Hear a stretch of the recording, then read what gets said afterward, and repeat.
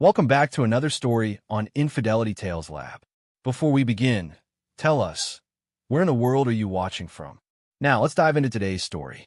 Chapter 1. The Perfect Life Unraveling. Wade Wu had always prided himself on building the perfect life from nothing. At 42, he owned 3 successful auto repair shops across the county, a sprawling house in the hills, and what he believed was a loving marriage to Jessica Wu. His calloused hands and sharp mind had clawed their way up from poverty, and he never forgot where he came from, or who helped him get there.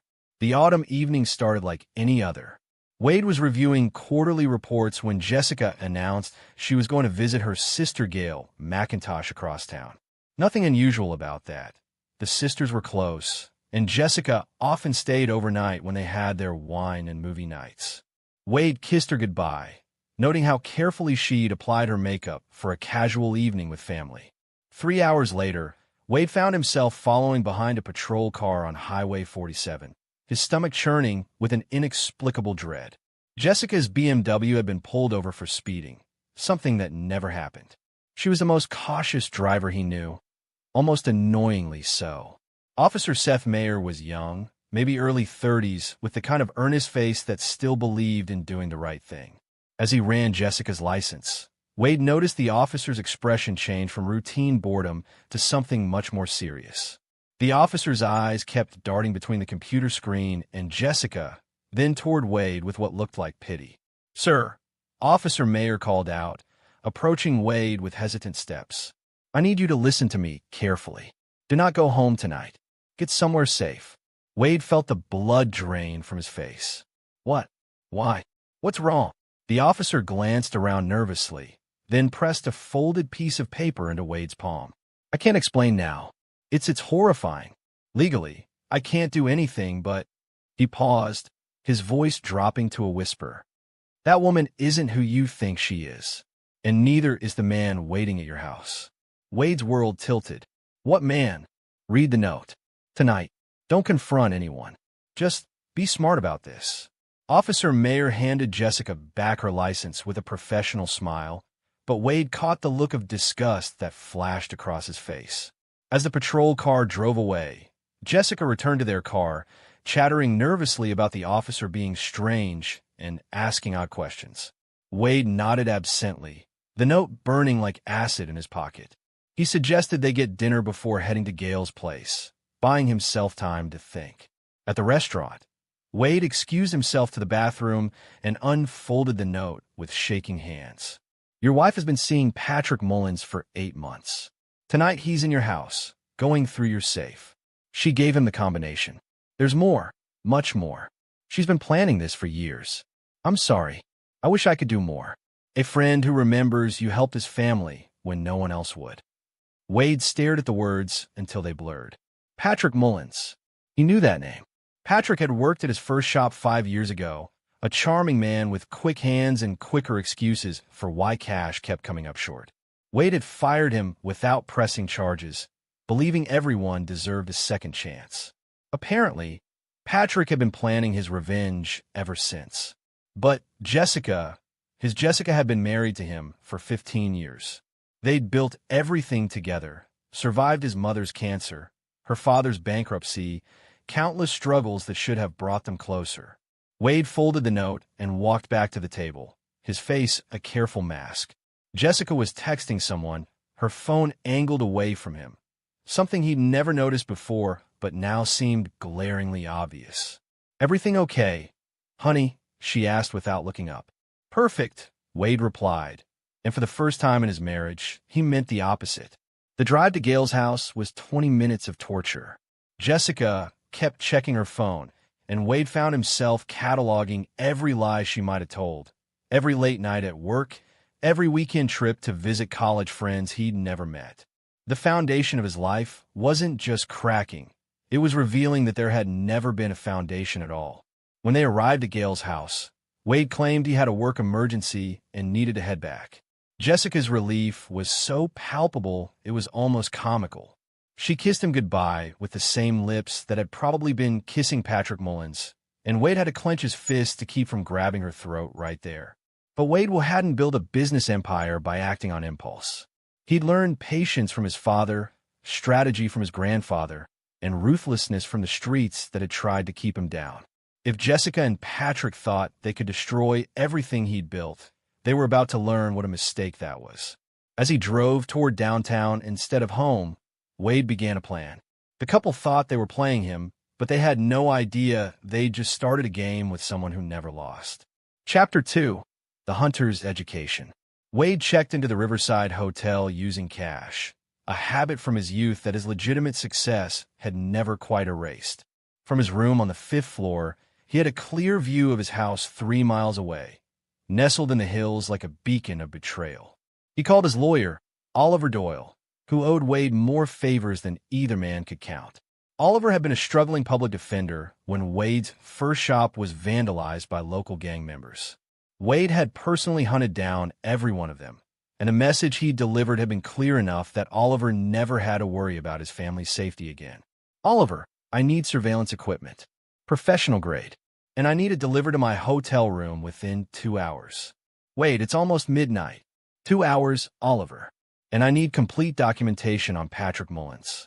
Employment history, criminal record, financial statements, known associates. Everything. The silence on the other end stretched long enough for Wade to hear Oliver's ethical concerns wrestling with his debt of gratitude. Gratitude 1. I'll make some calls. While waiting, Wade sat by the window and watched his house through a pair of binoculars he'd retrieved from his car. At 12:47 a.m., a figure emerged from the side door. His side door, the one only family was supposed to use. Even from this distance, Wade could make out Patrick's distinctive swagger, the way he moved like he owned whatever space he occupied. Patrick was carrying something. A bag that looked suspiciously like the emergency cash stash Wade kept in his study. Wade's phone buzzed with a text from Jessica, staying at Gail's tonight. She's having a hard time. Love you. He didn't respond. Oliver arrived personally at 2:15 a.m., carrying a case that looked like it belonged to a private investigator. GPS trackers, audio surveillance, micro cameras, and a complete digital file on your friend Mullins. He paused. Wade, whatever you're thinking of doing, I'm thinking of protecting what's mine. The legal system. The legal system protects people like them. Wade's voice was flat, emotionless. I protect people like me. Oliver left without another word, and Wade spent the next hour studying Patrick Mullins' life like a general studying enemy territory.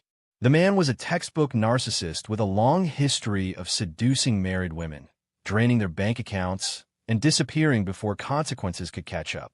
He'd done it in 3 different states, always staying just on the right side of criminal charges. But Patrick had made a crucial error this time. He'd chosen Wade Wu's wife.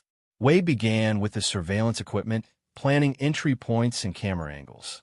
But as he studied Patrick's pattern of behavior, a much more elegant plan began to form. Patrick wasn't just a thief. He was predictable. He followed the same playbook every time. Seduce the wife, gain access to finances, create dependency, then extract everything possible before moving on. The pattern suggested Patrick would want to completely destroy Wade's life, not just rob him. That meant this wasn't just about money. It was about power, humiliation, the complete conquest of another man's world. Which meant Patrick would get careless, because he'd done this before and never faced real consequences. Wade smiled for the first time since reading the officer's note. Patrick Mullins had no idea what real consequences looked like.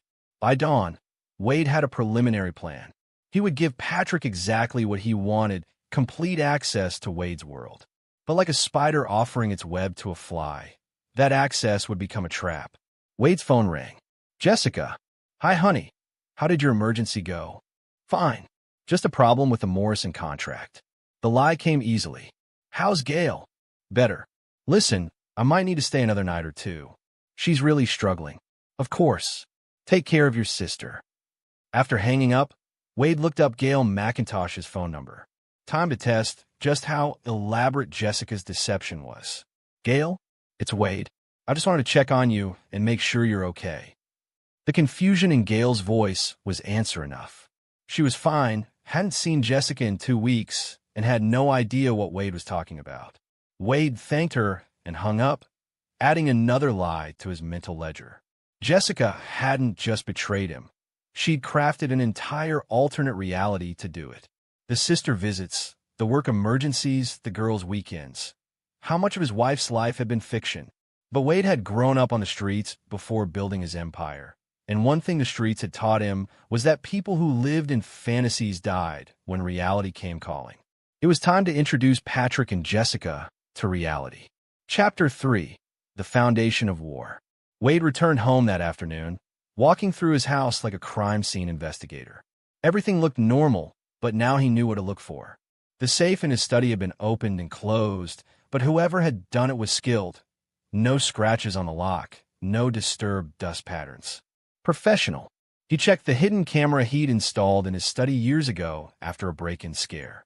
The timestamp showed Patrick Mullins in Wade's private space at 11:23 p.m., photographing documents, copying files, and pocketing what looked like Wade's emergency cash reserve and backup credit cards. But the most chilling moment came when Patrick held up Wade's wedding photo, smiled at it like he was sharing a private joke, then carefully placed it face down on the desk. Wade watched the footage 3 times, memorizing every detail of Patrick's movements, his expressions, his casual violation of everything Wade held sacred. Then he made a decision that would have consequences far beyond what Jessica and Patrick could imagine. He called his old friend Clarence Combs. Clarence ran a security consulting firm, which was a polite way of saying he handled problems that couldn't be solved through legal channels. They'd grown up in the same neighborhood, and when Clarence's daughter had needed surgery that insurance wouldn't cover, Wade had paid for it without being asked. That kind of debt ran deeper than money. Clarence, I need a full team. Surveillance, counter-surveillance, and asset protection. And I need people who understand that some problems require permanent solutions. How permanent are we talking, Wade? I'll let you know. Within hours, Wade's house was wired with professional surveillance equipment that made Oliver's setup look like children's toys. But more importantly, Clarence had provided something even more valuable: information.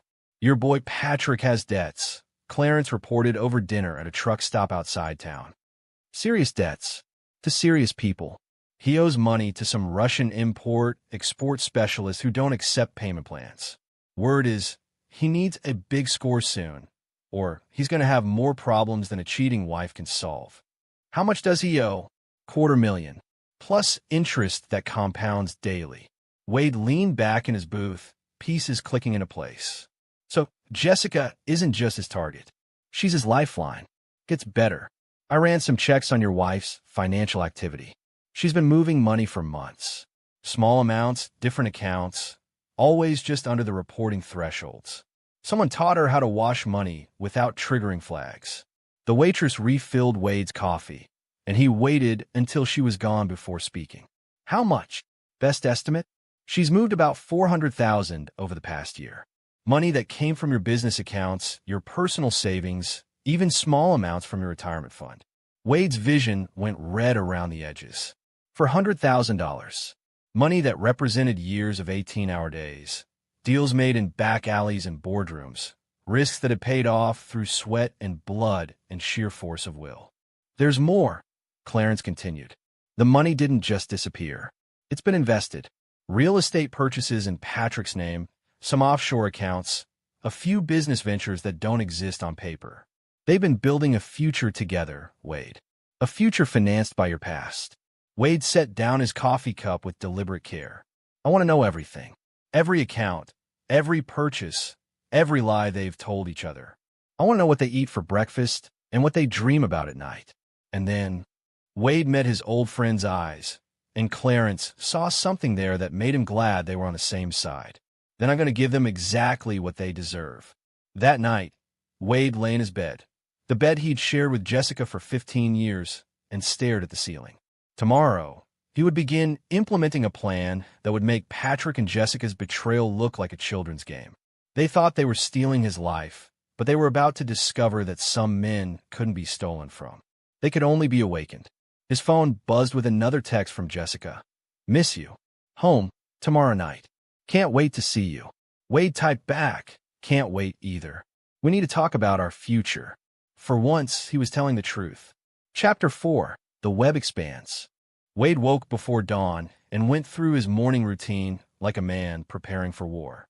Coffee, shower, workout in his home gym, then a careful review of the surveillance footage from the night before. Jessica had returned home at 2:47 a.m., moving through the house like a ghost, checking her phone constantly, even going so far as to smell Wade's pillow to see if he'd been there. When she finally woke at 9:30, Wade was already gone, ostensibly to work, but actually to begin phase one of his plan. His first stop was the office of Maria Gamble, a private investigator who specialized in financial crimes. Maria had helped Wade investigate a potential partner years ago and had uncovered embezzlement that saved him from a disastrous merger. She was thorough, discreet, and had no qualms about operating in legal gray areas. "I need complete financial profiles on these two," Wade said, sliding photos of Jessica and Patrick across her desk. "Every account, every transaction, every asset, legal and illegal." Maria studied the photos. "Your wife?" "My soon-to-be ex-wife." "This isn't going to be cheap, Wade. Deep financial investigations take time and resources." Wade placed a briefcase on her desk and opened it. $50,000 in cash. "How much time do you need?" 72 hours. "You have 48. Next, Wade visited his accountant, Hal Stevens, who managed the books for all three of his auto shops. Hal was meticulous to the point of obsession, which made him perfect for what Wade needed. "Hal, I need you to restructure everything. Transfer ownership of the shops to a new corporation, move all liquid assets to accounts Jessica can't access, and create a paper trail that shows the businesses are struggling financially." Hal's face went pale. "Wade, if you're going through a divorce, this could be considered asset hiding. The courts won't be involved." Wade's tone was flat. "I'm not getting divorced, Hal. I'm getting justice." The difference in his voice made Hal stop asking questions. By afternoon, Wade had visited each of his shops, ostensibly for routine inspections, but actually to plant seeds of a much larger plan. He spoke privately with key employees, asking carefully crafted questions about loyalty, about what they would do if the business faced serious threats, about whether they could keep sensitive information confidential. Wade had learned long ago that loyalty couldn't be bought, but it could be cultivated.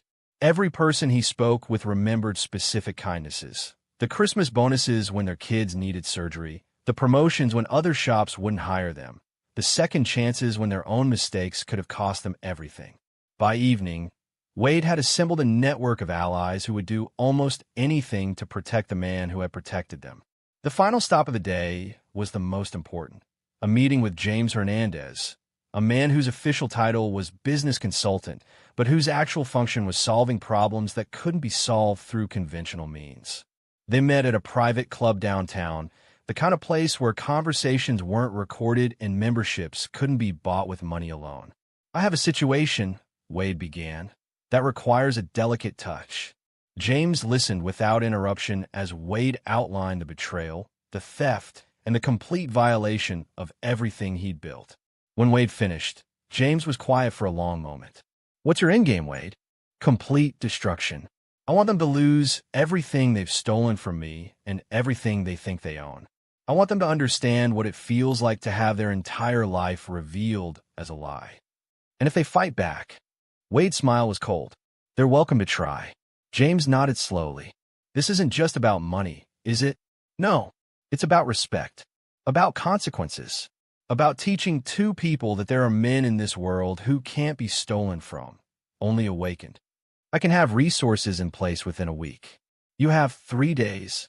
Wade drove home to find Jessica cooking dinner, humming softly to herself, playing the role of devoted wife with an expertise that would have been admirable if it weren't so completely false. She kissed him when he walked in, and Wade had to suppress the urge to grab her throat and demand the truth. Instead, he played his own role: the trusting husband, the successful businessman, the man too comfortable in his life to notice it being systematically dismantled around him. "How was work?" Jessica asked, her voice bright with false concern. "Interesting," Wade replied. "I've been thinking about expanding. Maybe opening a 4th shop." Jessica's fork paused halfway to her mouth. "That sounds expensive." I've been looking at a place across town. Perfect location, but it would require a significant investment. Wade watched her face carefully. Might need to liquidate some assets to make it work. The flash of panic in Jessica's eyes was so brief that someone who didn't know what to look for might have missed it. But Wade saw it, cataloged it, and filed it away for future use. Maybe we should discuss any major financial decisions together, Jessica said carefully. Of course. After all, we're partners in everything. That night, as Jessica slept beside him, Wade lay awake planning the systematic destruction of two people who had made the mistake of thinking Wade Wu was just another mark to be conned and discarded. They were about to learn that some men weren't victims. They were predators. Chapter 5. The Trap Springs Shut. The call came at 6:47 a.m., 3 days after Wade had set his plan in motion. Maria Gamble's voice was tight with excitement and disgust in equal measure. Wade, you need to see this. Can you be at my office in an hour? Wade arrived to find Maria's desk covered with financial documents, photographs, and bank records that painted a picture of systematic betrayal that went far deeper than he'd imagined. Your wife is smart, Maria began, but Patrick Mullins is smarter and greedier. She spread out a series of bank statements. Jessica has been moving your money for 14 months, not 8. But here's the interesting part. Patrick's been moving her money too. Every account she set up, every investment she made with your stolen funds, he's been skimming from. She thinks they have $400,000 together. He's actually got closer to 600, and 300 of it is hidden from her. Wade studied the documents, feeling a cold satisfaction settle in his chest. He's planning to disappear. More than that. Look at this. Maria produced a lease agreement. Patrick signed a 2-year lease on a house in Jessica's name, using her social security number and forged signature. If things go south, she's liable for 24 months of rent on a place she's never seen. Where? Costa Rica. Non-extradition jurisdiction for financial crimes under $50,000 per incident. Wade leaned back in his chair, pieces of the puzzle clicking together. Patrick wasn't just stealing from Wade. He was setting Jessica up to take the fall for everything.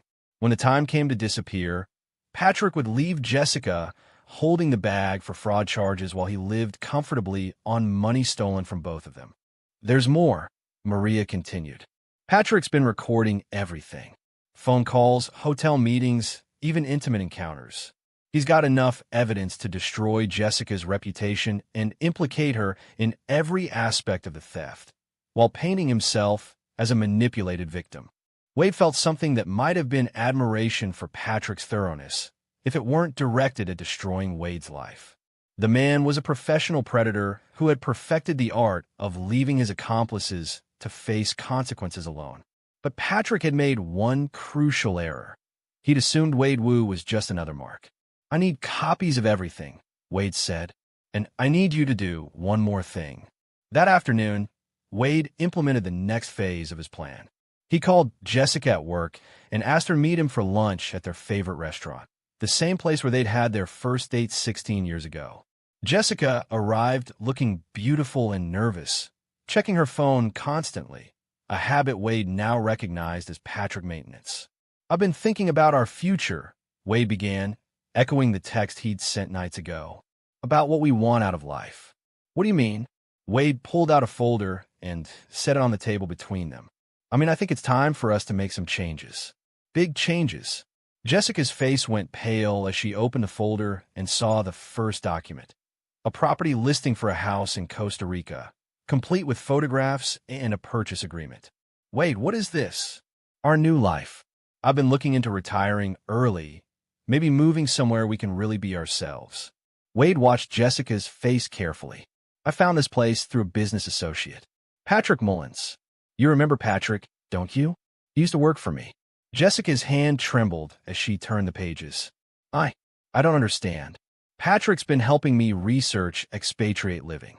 Taxes, property laws, the best ways to transfer assets internationally without triggering government oversight. Wade's voice was casual, conversational. He's got quite a bit of experience with international finance. The color drained from Jessica's face as she realized Wade was describing exactly what she and Patrick had been doing with his money. But there was more. Wade was describing it like it was his idea, like he was planning to do it legally and openly. Wade, I don't think. Patrick suggested we could liquidate most of our domestic assets and reinvest them offshore. He estimates we could have everything transferred within a month if we move quickly. Jessica's phone buzzed with a text. She glanced at it, and Wade saw her face go from pale to gray.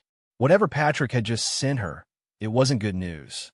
I need to go, Jessica said suddenly, closing the folder. I'm not feeling well. Of course. Take the folder with you.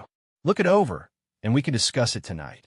Wade watched Jessica hurry out of the restaurant, clutching the folder like it was evidence of her own execution, which in a way it was, because Jessica now had to choose. Warn Patrick that Wade somehow knew about their plan, risking exposure of their entire relationship, or stay quiet and hope Wade's interest in Costa Rica was coincidental. Either choice would lead to the same result. Patrick would realize the situation had become too dangerous and would begin implementing his exit strategy, which meant he would begin cutting Jessica loose. Wade's phone buzzed with a text from Clarence. Package delivered. Phase 3 was ready to begin. That evening, Wade came home to find Jessica pacing the kitchen, the Costa Rica folder open on the counter, her phone pressed to her ear. She hung up quickly when she saw him. Everything okay? Wade asked. Fine.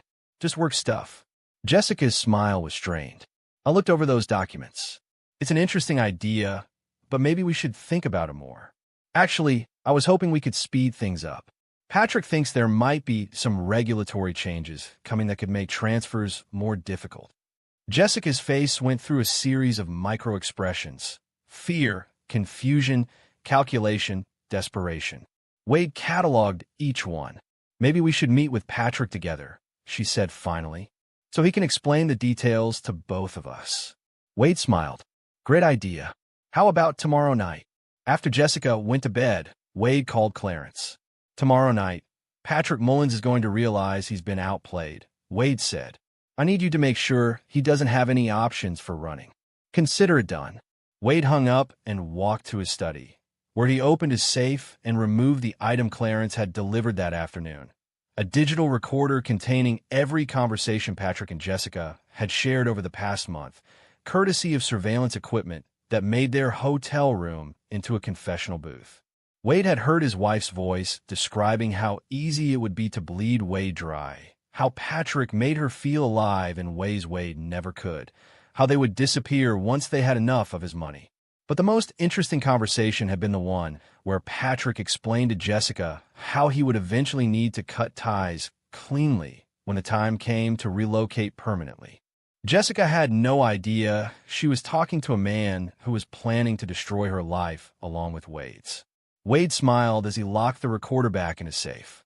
Tomorrow night, Jessica and Patrick would discover that they weren't the only ones capable of planning a betrayal. They were just the only ones stupid enough to think they could get away with it. Chapter 6. The Crucible. The meeting was set for 7 p.m. at Morton Steakhouse, neutral territory where both Jessica and Patrick would feel comfortable. Wade arrived early and selected a corner booth with clear sight lines to all entrances. Old habits from a youth spent in environments where sitting with your back to a door could be fatal. Jessica arrived first, her nervousness obvious in the way she kept smoothing her hair and checking her phone. She dressed carefully, professional but attractive, the kind of outfit that suggested serious business while still appealing to the men in her life. Patrick entered exactly at 7, and Wade had to admire his composure. The man showed no sign of recognition beyond a polite smile, no indication that he'd been systematically looting Wade's life for over a year. He was good at his craft. Wade, good to see you again, Patrick said, extending his hand with perfect confidence. Jessica's told me you're interested in some offshore opportunities. Very interested, Wade replied, studying Patrick's face. I understand you have considerable experience with international asset management. Some, Patrick said modestly. I've helped a few clients diversify their holdings in favorable jurisdictions. Wade nodded and pulled out a briefcase. I've brought some documentation you might find interesting. Patrick's eyes flicked to the briefcase, then to Jessica, who had gone very still. Wade opened the briefcase and removed 3 folders, setting them on the table with deliberate precision. The first folder contains financial record from my businesses over the past 18 months, Wade began. Revenue, expenses, asset transfers, the usual. Patrick relaxed slightly. This was familiar territory. The second folder contained surveillance photographs taken over the past month. Patrick's face didn't change, but Wade caught the slight tightening around his eyes. Jessica made a small sound that might have been a whimper. The third folder contains transcripts of conversations between various parties regarding my finances, my marriage, and certain planned relocations to non-extradition territories. The silence that followed was profound. Patrick's hand had stopped moving toward his water glass. Jessica was staring at the folders like they were venomous snakes. Now, Wade continued conversationally, we can discuss this like civilized people, or we can involve other parties. Your choice. Patrick recovered first, as Wade had expected. Predators were always quick to assess new threats. Wade, I think there might be some misunderstanding. No misunderstanding. Wade opened the first folder and removed a bank statement. Jessica, would you like to explain to Patrick why your signature appears on this withdrawal authorization for $50,000 from my business account? Jessica's face crumpled. Wade, please. Or Patrick, perhaps you'd like to explain why you're listed as the beneficiary on a life insurance policy Jessica took out on me 6 months ago. That got Patrick's attention. Wade had saved this revelation for maximum impact, and a look of genuine surprise on Patrick's face told him everything he needed to know. Patrick hadn't known about the insurance policy, which meant Jessica had been planning contingencies that didn't include her lover. Life insurance? Patrick's voice was carefully controlled, but Wade caught the edge of betrayal underneath. $2 million, Wade said, with Jessica as the primary beneficiary and Patrick Mullins as secondary. Interesting arrangement, don't you think? Patrick turned to Jessica with an expression that would have been terrifying if Wade hadn't been enjoying it so much. You didn't mention any insurance policies. I wanted to protect us. Protect us? Or protect yourself? Wade leaned back and watched as the alliance between his wife and her lover began to fracture in real time. This was why he'd included the insurance information, even though discovering it had been the most chilling moment of his investigation. Jessica hadn't just been stealing from him. She'd been considering whether his death might be more profitable than his betrayal. There's more, Wade said, opening the second folder. Patrick, are you familiar with the name Arturo Haynes? Patrick's face went white. How do you? Arturo is a business associate of mine. Has been for years. Imagine my surprise when he mentioned that someone had approached him about arranging an accident for a prominent local businessman. This was a lie, but Wade delivered it with such casual confidence that both Jessica and Patrick believed it completely. The art of psychological warfare was making your enemies destroy themselves with their own guilt and paranoia. Wade, Jessica whispered, we never what? Never planned to kill me? Or never planned to get caught? Patrick stood abruptly. I think this conversation is over. Sit down, Wade said quietly, and something in his voice made Patrick freeze. You haven't heard the best part yet. Wade opened the third folder and removed a photograph of Patrick entering a hotel room, followed by another photograph of him leaving 3 hours later with a briefcase. That's the Riverside Hotel, room 237. Last Tuesday night. The briefcase contains approximately $150,000 in cash that Jessica doesn't know about. Jessica turned to Patrick with an expression of dawning horror. What is he talking about?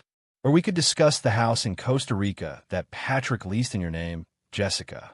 The one you'll be liable for even after he disappears with the money you've both been stealing from me. The trap was now fully sprung. Patrick realized he'd been outmaneuvered. Jessica realized she'd been betrayed by both men in her life, and Wade sat back to watch them tear each other apart. You bastard, Jessica hissed at Patrick. You were planning to leave me holding everything. And you were planning to murder your husband. Patrick shot back. Don't pretend you're innocent in this. Wade smiled. Actually, you're both going to have bigger problems than each other very soon. He removed his phone and showed them the screen, which displayed a text message. Package secured. Awaiting instructions. Clarence Combs has been monitoring this conversation. He's also been monitoring both of your residences, your financial accounts, and your communications.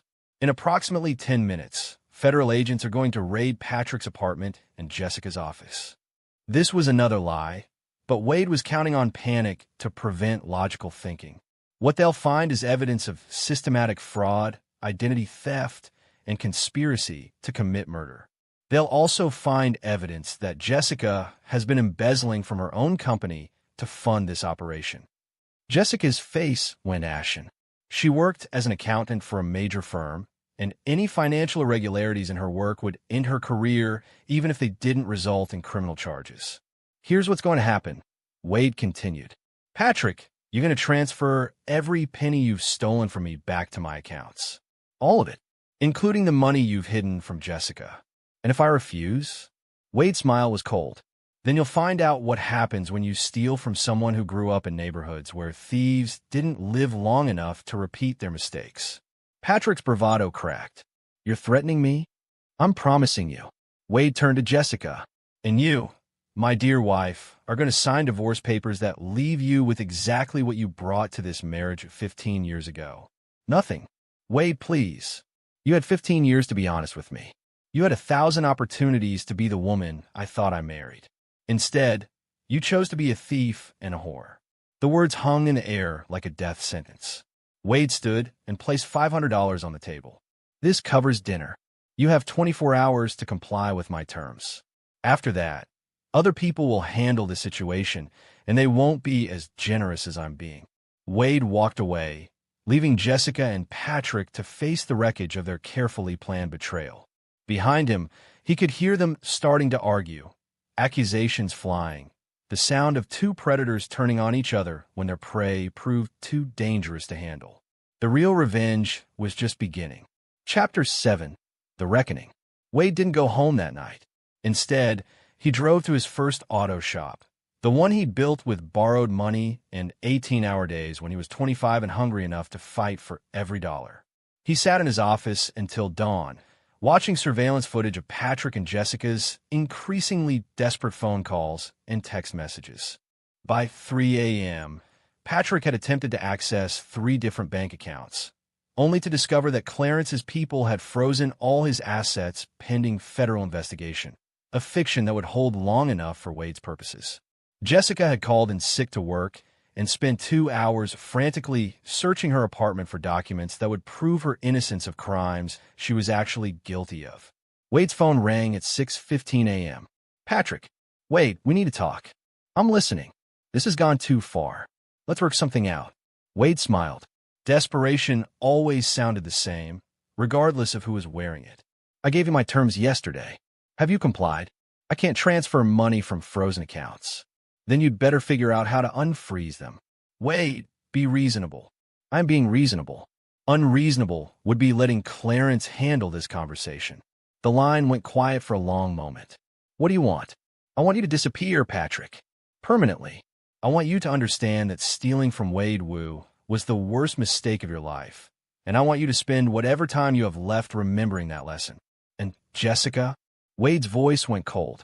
Jessica is my wife. What happens to her is between her and me. He hung up and immediately called Clarence. How long until Patrick cracks completely? He's already cracking. My boys picked up some interesting chatter this morning. Seems Patrick's been in contact with those Russian friends of his, trying to negotiate more time to pay his debts. And Russians aren't known for their patience. Word is they're sending someone to discuss the matter with Patrick personally. Wade felt a dark satisfaction settle in his chest. Patrick's past was catching up with him at exactly the moment when his future was disappearing. Perfect timing. Make sure the Russians know where to find him. Already handled. Wade's second call was to Oliver Doyle. I need divorce papers drawn up. Adultery, fraud, theft of marital assets. I want everything protected under irreconcilable differences with evidence of criminal activity. Wade, if you have evidence of criminal activity, you should involve law enforcement. Law enforcement moves too slowly. I need this handled privately. What about Jessica? She'll fight this. Wade's laugh was humorless. Jessica is going to be too busy trying to stay out of prison to fight anything. By noon, Wade had received confirmation that Patrick had attempted to flee the state, only to discover that his passport had been flagged for suspicious financial activity. TSA had detained him for 3 hours before releasing him with a warning that his travel was being monitored. Wade's third call of the day was to Jessica. "We need to meet." Her voice was shaky, defeated. "I'll sign whatever you want." "Good. My lawyer's office, 3 p.m. "Wade, I'm sorry. I know that doesn't mean anything now, but I am sorry." Wade considered this for a moment. "No, you're not sorry you did it. You're sorry you got caught. There's a difference." The divorce proceedings took less than an hour. Jessica signed every document without reading them, her hands shaking with exhaustion and fear. When it was over, she looked at Wade with tears in her eyes. "What happens now? Now you learn to live with the consequences of your choices. Will you press charges?"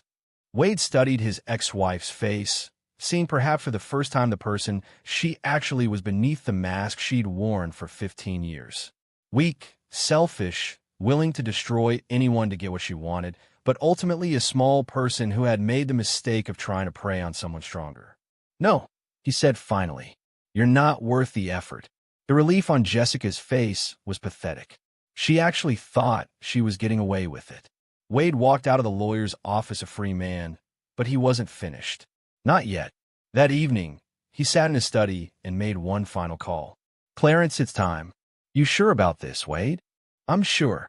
2 hours later, Wade received a text message with an address and a time. He drove across town to a warehouse district he'd known well in his youth, places where problems were solved permanently and questions weren't asked. Patrick Mullins was waiting for him, tied to a chair in the center of an empty building. His face was bruised, his clothes torn, and his eyes held the desperate terror of a man who had finally realized the game was over. "Wade," Patrick gasped as Wade approached. "Thank God. These men, they're insane. They think I owe them money." Wade pulled up a chair and sat down facing Patrick. "You do owe them money. $250,000 plus interest." "That's impossible. I never borrowed from Russians." "No, but you stole money that was going to be used to pay them back." Wade's voice was calm, conversational. "You see, Patrick, I've been doing business with Arturo Haynes for years. When I needed investors for my first shop, Arturo connected me with some international financiers. Russians, as it happens." Patrick's face went white. "You paid them back years ago." "I did, with money that technically belonged to you, since you'd stolen it from me." Wade smiled. "Which means you owe them the money I used to pay my debt, with 15 years of compound interest." The math was fictional, but Patrick was too terrified to question it. Sometimes the most effective lies were the ones that sounded just plausible enough. "I don't have that kind of money." "I know. That's why we're here." Wade stood and walked to where Clarence was waiting with 2 other men Patrick probably recognized from his nightmares. "Patrick Mullins," Wade said formally, "you made the mistake of thinking you could steal from me. You made the mistake of thinking you could seduce my wife and destroy my life. Most importantly, you made the mistake of thinking I was just another mark to be conned and discarded." Wade nodded to Clarence. "You were wrong." The last thing Patrick saw was Wade Wu walking away, leaving him to face the consequences of a life built on destroying other people's trust. Chapter 8. The Price of Betrayal. Wade didn't watch what happened to Patrick Mullins. He didn't need to. Some lessons were more effective when they remained private between teacher and student, and Wade had taught enough lessons in his youth to know that Patrick would understand the message clearly. 3 days later, Patrick's disappearance made the local news as a missing person case. His apartment had been abandoned, his car found at the airport, and there were conflicting reports about whether he'd boarded a flight to Mexico or simply vanished entirely. The police investigation was perfunctory. Patrick Mullins had no family, few friends, and a history of leaving town abruptly. People like him disappeared all the time. Wade felt no guilt about Patrick's fate. In his experience, men who made careers out of destroying other people's lives rarely lived long enough to enjoy retirement. Wade had simply accelerated the inevitable. But Jessica was a different matter entirely. Wade found her on a Thursday evening, sitting alone in the same restaurant where they'd had their confrontation with Patrick. She looked smaller somehow, diminished by the weight of consequences she'd never imagined she'd have to carry. "I heard about Patrick," she said without looking up when Wade sat down across from her. "Did you? The police came by my apartment yesterday. They're asking questions about his financial dealings, his associates." She finally met Wade's eyes. "They asked about you. What did you tell them?" "The truth. That Patrick used to work for you, that we'd met with him recently about some business opportunity, that I hadn't seen him since." Wade nodded. "Smart." Jessica laughed bitterly. "Too little, too late for smart." They sat in silence for several minutes. Two people who had shared 15 years of marriage looking at each other like strangers. Which, Wade reflected, they probably always had been. "I never meant for it to go this far," Jessica said finally. "Yes, you did. You just didn't think you'd get caught." "No, I never meant to hurt you." "Not really." Wade studied her face, looking for any sign of genuine remorse. What he saw instead was the same self-serving rationalization he'd heard from every criminal he'd ever known. The belief that wanting something badly enough justified taking it. "You took out a life insurance policy on me, Jessica. $2 million. She flinched. It wasn't what you think." "Then what was it?" "Insurance. In case something happened naturally." "I wasn't going to." She trailed off, unable to finish the sentence. Wade leaned back in his chair. "But you thought about it." The silence stretched between them like a confession. "What happens now?" Jessica asked. "Now you disappear. You take whatever money you manage to hide from both Patrick and me, and you start over somewhere I'll never see you again. And if I don't," Wade's smile was cold, "then you'll discover that Patrick wasn't the only one who owed dangerous people money." Jessica's face went ashen. "Wade, please. You have 1 week." Wade stood to leave, then paused. "One more thing. If you ever contact me, if you ever try to come back, if I even hear your name mentioned in this town again, what happened to Patrick will look like mercy compared to what happens to you." He walked away without looking back, leaving Jessica to contemplate the ruins of a life she destroyed through her own greed and betrayal. Outside, Wade sat in his car for several minutes, feeling something that might have been sadness if he were the type of man who indulged in such emotions. 15 years of marriage gone. Not just ended, but revealed to have been a lie from the beginning. But Wade had survived worse losses. He'd survived poverty, violence, betrayal by people he'd trusted more than Jessica. He'd built an empire from nothing once before, and he could do it again if necessary. His phone buzzed with a text from Clarence. "Package handled. No loose ends." Wade deleted the message and started his car. Tomorrow, he would begin the process of rebuilding his life without the weight of people who had never deserved his trust. It would be different this time. Better. Because Wade had learned something valuable from Jessica and Patrick's betrayal. The only person he could truly trust was himself. And sometimes that was enough. Chapter 9. The New Foundation. 6 months later, Wade stood in the office of his fourth auto shop, watching the morning crew prepare for another day. The business had expanded faster than he'd projected, fueled by insurance money from Patrick's theft and the liquidated assets from his divorce settlement. The insurance company had paid out quickly once Wade provided evidence of Patrick's systematic embezzlement. They'd been satisfied with the police report of Patrick's disappearance and showed no interest in investigating further. People like Patrick disappeared all the time, and insurance companies preferred simple explanations. Wade's legal troubles had been minimal. Oliver Doyle had structured everything perfectly: the divorce, the business transfers, even the insurance claims. Jessica's signature on various documents had made her the legal owner of several debts she'd never known about, while Wade emerged clean and profitable. The new shop was in the part of town where Wade had grown up, a neighborhood that had gotten worse since he'd left it behind. But Wade remembered what it felt like to be young and hungry and looking for someone to give him a chance. He hired locally, paid well, and asked no questions about his employees' backgrounds as long as they showed up and worked hard. Clarence Combs stopped by every few weeks, ostensibly to discuss security for the shops, but actually to provide updates on situations that required monitoring. Jessica relocated to Phoenix. Clarence reported during one of these visits. Working as a bookkeeper for a small accounting firm. Low profile.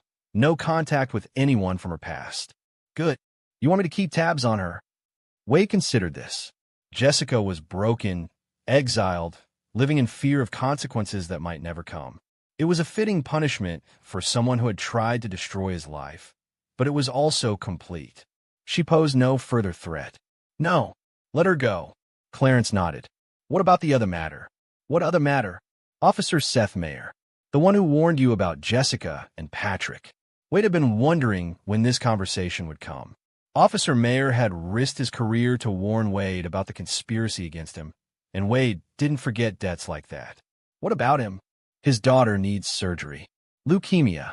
Insurance won't cover the experimental treatment that might save her life. Wade was quiet for a moment, remembering another young police officer who had faced similar circumstances years ago. How much? $200,000.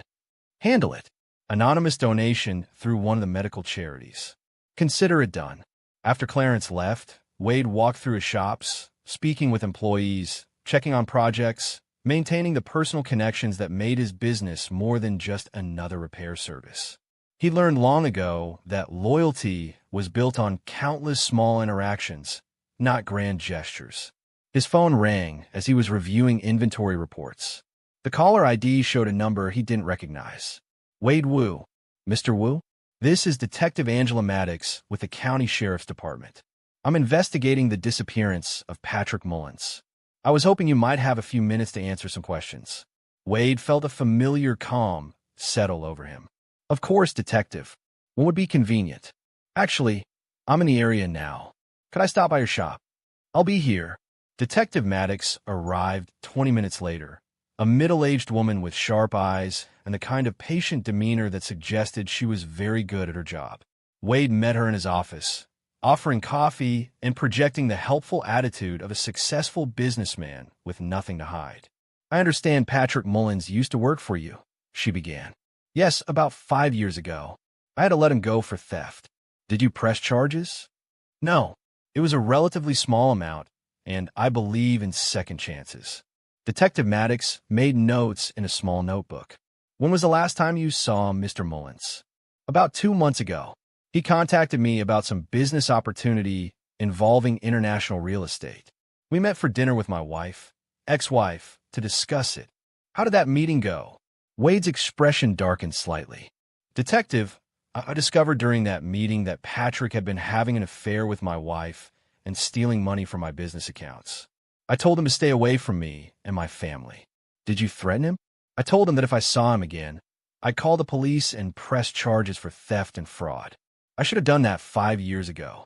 Detective Maddox studied Wade's face carefully. Your ex-wife confirmed this version of events. I'm sure she did. You went through a divorce recently. Yes. Discovering your wife is cheating tends to end a marriage. Where were you on the night of March 15th? Wade pretended to think. Home alone. My ex-wife had moved out by then. I ordered Chinese food and watched television. I probably have receipts if you need them. That won't be necessary right now. Detective Maddox closed her notebook. Mr. Wu, do you have any idea what might have happened to Patrick Mullins?